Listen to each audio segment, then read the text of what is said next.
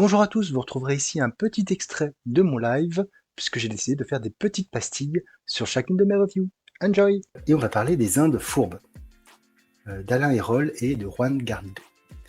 Alors, c'est deux auteurs qui sont assez connus, hein, Alain Hérol ayant travaillé sur De Cap et de Croc, et Juan Garrido sur Black Sad.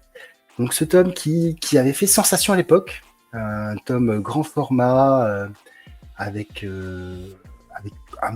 une grosse pagination, je ne sais plus combien il y a de pages. Il faut que je vous donne des informations un peu plus factuelles pour être un petit peu plus. 145 pages, apparemment. 145 planches. Et donc, les infos, qu'est-ce que ça nous raconte? En fait, il existe en Espagne une série de livres qui racontent la vie d'un truand qui s'appelle Don Pablo de Ségovie. Et Vagabond exemplaire et modèle des filous de Don Francisco Gomez de Quevedo y Villegas.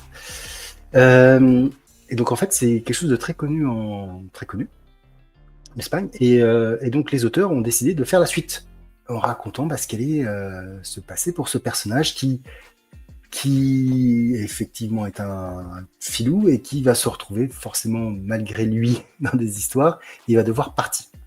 Et il part au sein d'un bateau qui va le conduire en Amérique. Et en Amérique, il va lui arriver plein de choses. Et peut-être qu'il aurait une carte qui conduit à Eldorado. Le fameux El Famoso Eldorado. Et donc, on va suivre les pérégrinations de ce personnage qui oscille entre voleur à la petite semaine, qui cherche pas grand-chose si ce n'est à sortir... sortir tout simplement de la misère, à vivre et à profiter de la vie.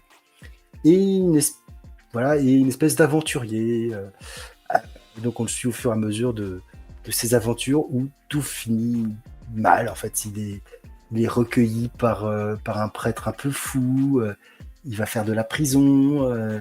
Il va partir en expédition et il va être le seul survivant. Enfin bref, un certain nombre de choses. Je ne vous en révèle pas plus. Parce que ça se lit très très bien. Planches, Guarnido il donne des planches absolument extraordinaires.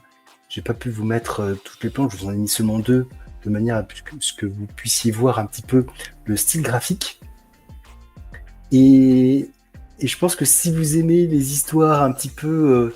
alors moi j'ai retrouvé, c'est assez marrant ce que je veux dire, parce que c'est tellement opposé. J'ai retrouvé un petit peu cette ambiance